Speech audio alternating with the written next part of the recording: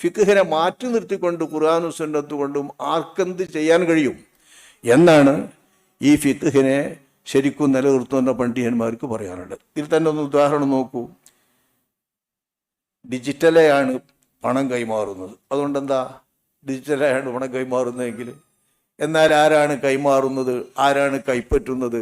കൈമാറുന്നവനും കൈപ്പറ്റുന്നതും തമ്മിൽ കൊടുക്കലും പൊള്ളലും എങ്ങനെയാണ് നിൽക്കുന്നത്? കബൂൽ എങ്ങനെയാണ് നിൽക്കുന്നത്, കബൂൽ എങ്ങനെയാണ് നിൽക്കുന്നത് എന്നൊക്കെയുള്ള പ്രശ്നമല്ലേ?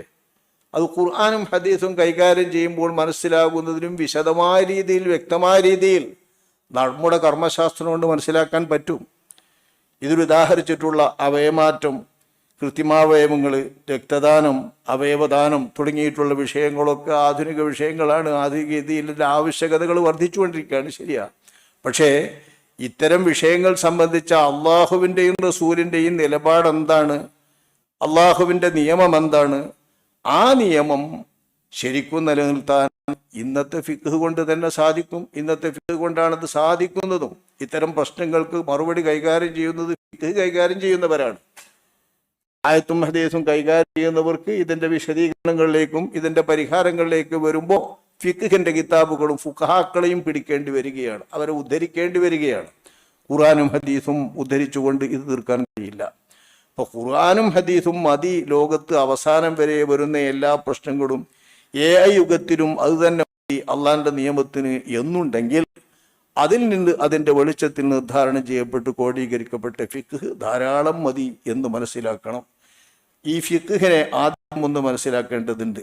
ഇപ്പോൾ വിമാനയാത്ര ആപേക്ഷികമായി സുരക്ഷിതമെങ്കിലും ഫിഖ്ഹി കാഴ്ചയിൽ സുരക്ഷക്കുറവുണ്ടോ എന്നൊരു ചോദ്യത്തിൻ്റെ അകത്തുണ്ട്. വിമാനയാത്ര ആപേക്ഷികമായി സുരക്ഷിതമാണ്. ഇപ്പോൾ ഫിഖ്ഹിൻ്റെ കാഴ്ചയിൽ സുരക്ഷക്കുറവുണ്ടോ? ഇവിടെ ഫിഖ്ഹ് മനസ്സിലാക്കണം. ഫിഖ്ഹ് പറയൽ തന്നെ വാലിബൻ രക്ഷ വരുന്ന, സലാമത്ത് വാലിബാകുന്ന യാത്രയാണോ എന്നാണ് നോക്കുക. സലാമത്ത് വാലിബാകുന്ന യാത്ര, രക്ഷ, സുരക്ഷ വാലിബാകുന്ന, സാധാരണമായി നോക്കുമ്പോൾ അതിൻ്റെ രക്ഷയാണ് വരാറ്, അപകടമല്ല. അപ്പം അപകടത്തിൽ പെടുക വളരെ കുറവാണ്, രക്ഷയാണ് അതിൽ മിക്കപ്പോഴും അധികവും സംഭവിക്കുന്നത് എന്ന് വന്നാൽ അവിടെ സലാമത്ത് വാലിബാവുക എന്ന് പറഞ്ഞതിനെയാണ് പിടിക്കുന്നത്. ഇപ്പൊ വിമാന സുരക്ഷ യാത്ര വളരെ സലാമത്ത് വാലിബ എന്ന് പറഞ്ഞാൽ ഫിഖ്ഹിന് എന്തിനാ അവിടെ താഴേണ്ട കാര്യം? ഫിഖ്ഹിന് എന്തിനാ കാലപ്രസക്തി പോകേണ്ട കാര്യം? ഫിഖ്ഹ് പ്രസക്തി കൂടല്ലേ ചെയ്യുന്നത്. സലാമത്ത് വാലിബായിട്ടുണ്ട്. ഇപ്പോൾ കപ്പലിനേക്കാൾ സലാമത്ത് വാലിബായിട്ടുണ്ട് വിമാനയാത്രക്ക് എന്നല്ലേ പറയണ്ടുള്ളൂ.